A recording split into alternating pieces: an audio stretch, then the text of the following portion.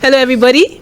You all are welcome to the Lifestyle Show. Thank you all very much for always joining us. Thank you for the love and support. So, if you haven't followed the Lifestyle playlist, please do follow us on New World TV, YouTube, like, subscribe, and keep sharing the good news. Once again, I still remember your girl EJ. You all are welcome to the Lifestyle Show. Thank you all very much for joining us. Today we'll be discussing a very lovely topic. It's actually very lovely and very challenging. And the topic for today's show is sex beneficial to young adults? And with me in the studio today are very lovely people, hefty 2 men and 1 lady that are going to be helping me look or talk about this very topic. And we'll begin with, Miss Rafia, right? Yeah. At least I got the name right this time.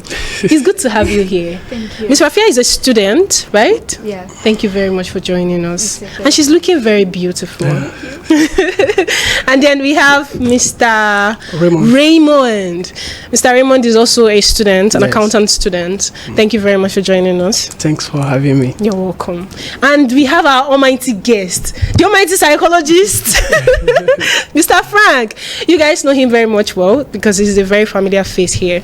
So thank you very much for always coming through whenever we pull you through. We dragged him to come out. Thank you. Thank you for coming. All right, guys, thank you very much for joining us. Okay, now let's dive into the topic. Proto, what's your understanding of sex? Let me start with you. Okay. Sex is like an act of physical intimacy between 2 people for pleasure, which involve genital or oral contact. Okay. Now, when we say sex with young adults, what do you understand by it? When we say sex with young adult, I get that is like me, you, and all we are young adults. Okay. So sex with younger people. I don't want to give age bracket, but then younger people that are not that matured, right? Yes. Okay then. So basically, guys, we'll be looking at, this very topic is a very dicey one. Like I said from the beginning, there are lots of sexual experiences happening amongst, youth of today. Do you understand? Yes. People that are older don't if I would say indulge in these sexual escapades. So I don't know if you'd agree with me with that. Do you want to? I don't know. Why do you think that is? What is happening? The older people, probably the married ones especially, there is this thing that comes with having a partner. Okay. When you are married and you're faithful to one partner, we say that the urge for sex reduces drastically. Okay. And for the fact that you have a lot to look into, especially the family activities, so it tends to reduce their sexual desire. Okay. So, but in young people, they virtually think nothing more than sex, especially from the onset of puberty. Wow. Okay. All right then. Thank you very much. Now, is sex beneficial to young adults? What do you think? Is it beneficial? It's a polar question. So is it yes or no? No. It's not beneficial. So. You don't think so, or it's not beneficial? It's not beneficial. How about you, sir? I think sex is beneficial. You think sex is beneficial? Yeah. Okay, let me start with you. What makes you say sex is not beneficial? For young people, sex is not beneficial for them. Right. Because young people normally should be concentrated. They should be thinking about Their futures. Their future. Okay. Not about sex. Okay. And I think that sex is distract them. Okay. From Sex their distracts goal. them from their goal. From their Okay. goals. Okay. And if they are thinking more Of sex. more about sex than more about their future, they will be late They'll be late in their life. Like they have to be concentrated about their future, right. But they are concentrated On sexual stuffs, right? So if there's that consistency in such thinking, it's distracting them. Okay. What do you have to say about this, Mr. About Raymond? this, I have to say that Is she correct though? No, Okay. I don't think so. What makes you say that? Sex is not disturbing them or distract them from their school. Okay. Sex is like a distraction. In school, when you sex is like a distraction. Yes. It's like a distraction. Yes. So you agree with her that it's a distraction? He's saying that it's not a distraction, rather like a distraction. Okay, Yes. let me continue. So let's hear what he wants to say. Okay, continue. So if you are going to school, and sometimes our body need to think about sex. It's like your body main purpose is to reproduce. So normally it's natural to have some reflex of sex. So I think sex is beneficial for young adult in like certain age. You got to think about it just a little bit. Isn't that you being pervert? You thinking about it a little bit. Is that not you? So when we call you guys perverts, or when we call such people perverts, are we right to say that? Right. You know, do you know who a pervert is? Someone that is consistently desiring sex. Oh no. Right? Un pervers. No. What makes you say that? Cause sex is like it's not like when you are thinking about sex you are a private. Sex is a normal things. All women or all men can think about sex. It's normal. Okay. So we can say that we are private or something like that. Okay. Let me come in here. The young lady said that it's actually a distraction, and it makes the young adult to it makes them late in their lives. in terms of late, as in them being what's the right word there? They lose it. Distract them from their goal on where they are supposed to be in life at a particular point in time. Right. There is what we call libidinal energy. Okay. We say that the law of conservation of matter states that energy is neither created nor destroyed, rather it moves from one form to another. Okay. So the libidinal energy here is like the life force, where you channel all of your energy into something. Okay. Now, as young adults, when they become exposed to certain images or this sexuality of a thing, the energy with which they are supposed to go further in life will be reduced. It depreciates into something different. Okay, so she's actually correct to some extent. She's right with what she's saying. They are both right, actually. So when people move from this point, you said that the energy, the workforce you're supposed to apply in this reduces to 60 or 40%. That's the lateness she's talking about. Okay. As for the young man saying that sex is beneficial, right? Sex is beneficial. It's beneficial. So there's this thing I want to ask, right? What do you think drives this sexual thought or sexual desire? There should be a spring into it, right? Something springs it up. You don't just sit down and start thinking of it, right? Do you agree with me? So you as a lady, have you had sexual desires or sexual thoughts? Don't lie. don't lie. Let me start from there first. Have you had sexual thoughts or sexual desires before? Yes. Yes. Okay, so you agree that to a large extent it's a normal kind of thing, right? It's a normal feeling to have. Okay, so what do you think drives such thoughts as a human being? What drives it? Do you just sit down and start thinking of it, or your boyfriend calls you and tells you, babe, I'm honey, or babe, I want you, or something? No. Okay.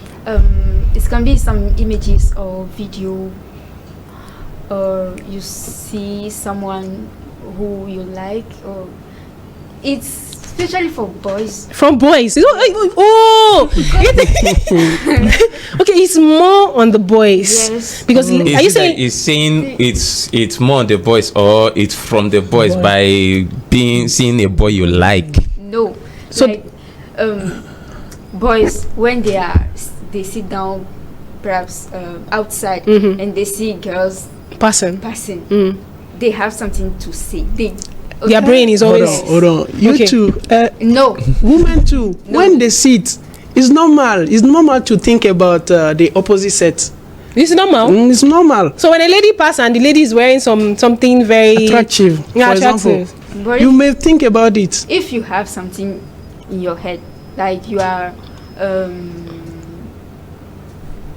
preoccupied with other things, right? You won't think of it. Yes. So should we say men are generally perverts?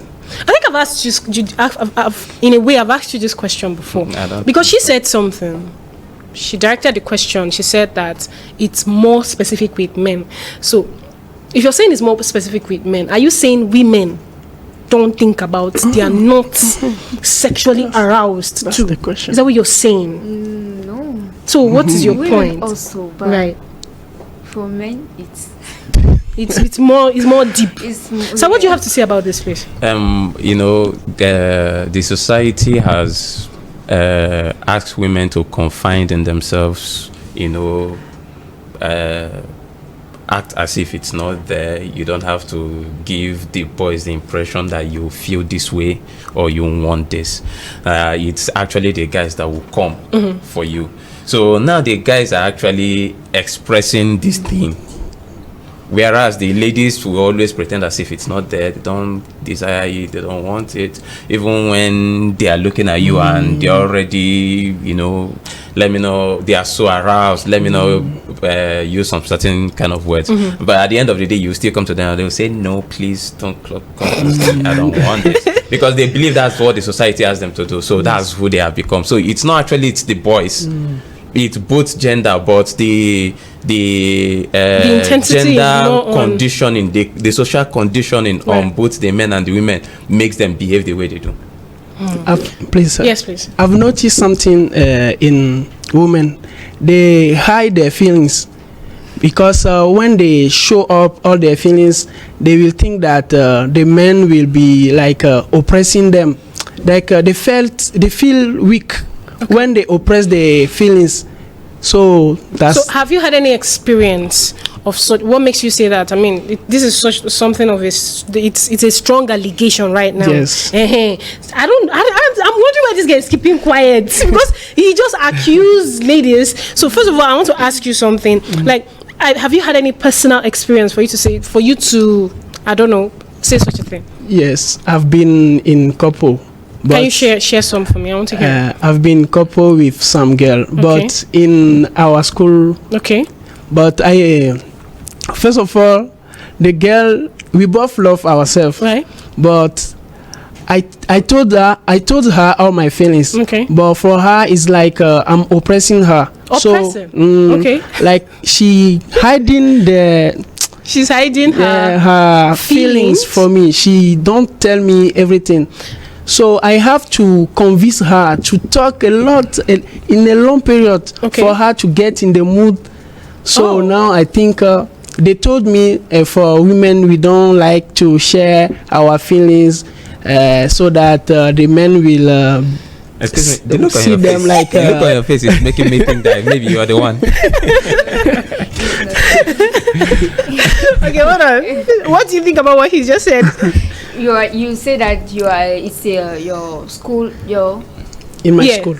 Yes, my classmate. You don't need sex. Yes, I know, right? No way. It just happened like that. And when I say that sex distracts you from your goals, you say that you are at school, sex cannot distract you from your goals. But why we have pregnancies at school? You know, you can go to school and do sex like we don't have sex for. No, those girls who are pregnant at school, they are young. Because they don't know anything about sex. Because they don't know anything about sex. Educate me, Charlie.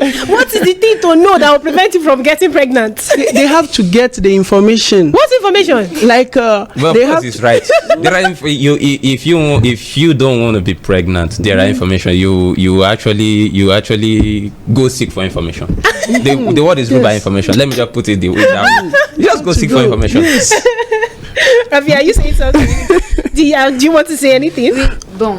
They learn as contraceptive methods at school. Yes. But that girl who got pregnant, they are school girls. Why? Should it? And at school, teachers they talk us about sexual abstinence. If sex was beneficial for us, they won't tell us about. I think she has. Why they? Sorry, he wants to say something. He wants. She has a point. Yes, she has a point. But then, okay, let me. You know, I told you that you're right with what you're saying. Sex, if it's actually, is it actually beneficial? The only reason why they don't teach you sex in school is that that's not why you are there. But then Actually, you are there for something.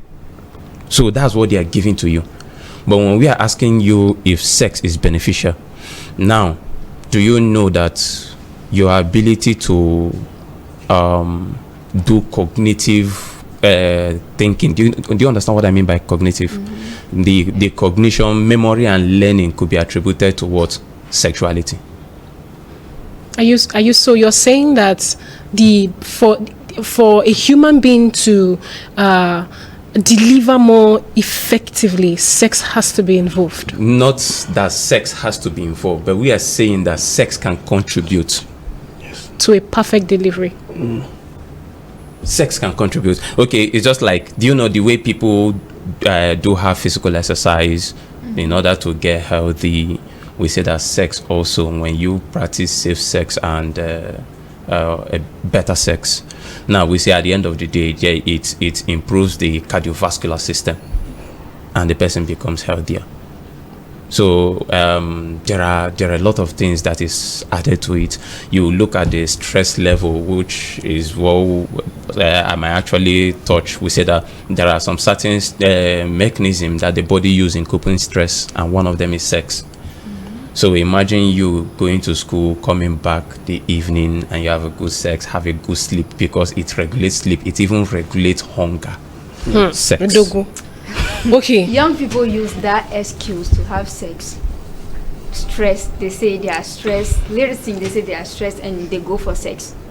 And I think that for young people, again, I think. I'm sorry. Hold on. Your argument. Give me your point as to why you say that sex is not beneficial. I want to hear like 3 or 4 points. Religiously, I don't know, socially, right? Physically, just give me your points. What are your points? In the Bible, as in the Quran, have sex before marriage. Sex before marriage is prohibited. It's called fornication. Okay. And it's prohibited. Okay. And sex is not just a physical act. It's Okay. also spiritual. Okay. If you have sex with someone who is full of negative energy, your life can be ruined. Okay. Okay. And social, we are in Africa. Right. Our mom don't teach us. Sexual education. Yes. Actually, yes. Yes. And if you tell your parent that you are stressed or something, they can't advise you to have sex. They will Yes. tell you anything. There Yes. are many other things you can do to that's To ease up the stress. Yes. And all that. You don't have to Have sex. have sex. So she has a point. Now you give me 3 points or counter these points that she's mentioned for me. What are the benefits of sex? For example, she said her mother can't allow Advise her to have sex. to have yes. sex. Yes. So if her mother cannot advise her to know about sex, your mom have to, tell you the risk and the benefit of having sex. And when you are getting old, you are old enough to know that this is the right things and this is a bad things. Okay. So I'm gonna tell you that you got to be in the perfume of the information before saying that sex is not good, is not beneficial. Okay. What's other point? Other point, I can say that sex can reduce stress. Yes, we've heard When about you are that. stressed, Yes. sex can reduce stress, and it boosts your energy. You will feel like I don't know, like in life. You know what I'm saying? Like you will feel better when you do such things. So this boosting of energy he talks about, is it gender based? Sometimes it could just be for the men. Why should it be gender based? Sex is made for the both parties. Yeah, it's meant for the both parties, but at some point, the other side may not really have the full, explosions. The fact is that probably after the sex, you get tired, and your body comes in a relaxed state in which you get a very good sleep and wake up the next day very strong and vibrant. That's just it. It's both party. it's not actually for the men or for the women. There was something she was trying to say about sex being spiritual. Yes. Wow. I wouldn't. This is Africa. Everything is possible. But then there is what we call oxytocin, which happens to be we call it a non-peptide hormone being reduced by the posterior part of the hypothalamus in the brain. Okay. So this hormone is actually responsible for the bonding between two people. Okay. So you know that you've noticed that when two people are in a relationship and no sex involved, when they break up, they don't feel that they don't feel that much of pain, and this one walks away or this one walks away easily. But when they involve themselves in sexual activities, you notice that if they break away from each other, there's still that longing. Yes, there is this longing, there is this so much pain and all that comes with it. So we say that the hormone of love, that's what they call it, the hormone of love, that is responsible for bonding. It helps partners to that's why you see people say sex is not love. When a man is asking, oh please, can you have sex with me? You say, no, I can't have sex with you. You say, then you don't love me. You say, no, sex is not love. So why would they be asking? Now we say that it's not love, but it helps in bonding. It helps the relationship to become much more stronger. So whatever partner you are having, the way people connect, the connection there is dependent on this thing. So some people now tend to look at this connection rate as what they consider to be spirituality in it. Okay. You understand the connection now. The connection is not that, it's just like the connection between a mother and child. The reason be that when the mother is breastfeeding, there is a release of oxytocin which causes the bonding. That's why at that particular point in time, the child prefers the mom than the dad or anyone else. So now between two partners, it's as if there is a spiritual connection. So sorry, before we wrap up, why is it that parents why don't we have, in just 1 minute, explain to me why there is no that connection between parents and children to have a sexual discussion? Because this is something that happens, right? Yes. It's consistent with young adults. So why don't we have this rapport with parents to educate their kids more on sexual stuff? Let me ask you something. Just imagine how awkward it will look for you to call up your child at 12, 13, sit them down and start telling them about sex. I mean, this is Africa. But Western people do it, right? This is what you call them. I keep making reference to this. Listen, there is a very big gap between we and the Western society. So here in Africa, it's almost impossible for a religious parent to call up a child. The only thing they will tell you is stay away from this, stay away from that. I remember a child. I don't know. I believe this is actually a fiction, where a child a girl normally play with the boys, and the mom said, please don't go and play with the boys. Any day they see your underwear, you will get pregnant. So one day she was playing with them, and the ball actually hung somewhere, and she wanted to go and bring it. She not remember what the mom told her. She went inside and removed her underwear so that they will not see the underwear. And she climbed the tree without an underwear, and the boys were behind her, down looking at her. So you can imagine the idea, the way they explain this thing to her. It's actually wrong. Our parents here don't do that, and so, that's one thing that leads to this unwanted pregnancy. Okay, so sir, what's your advice regarding this very topic?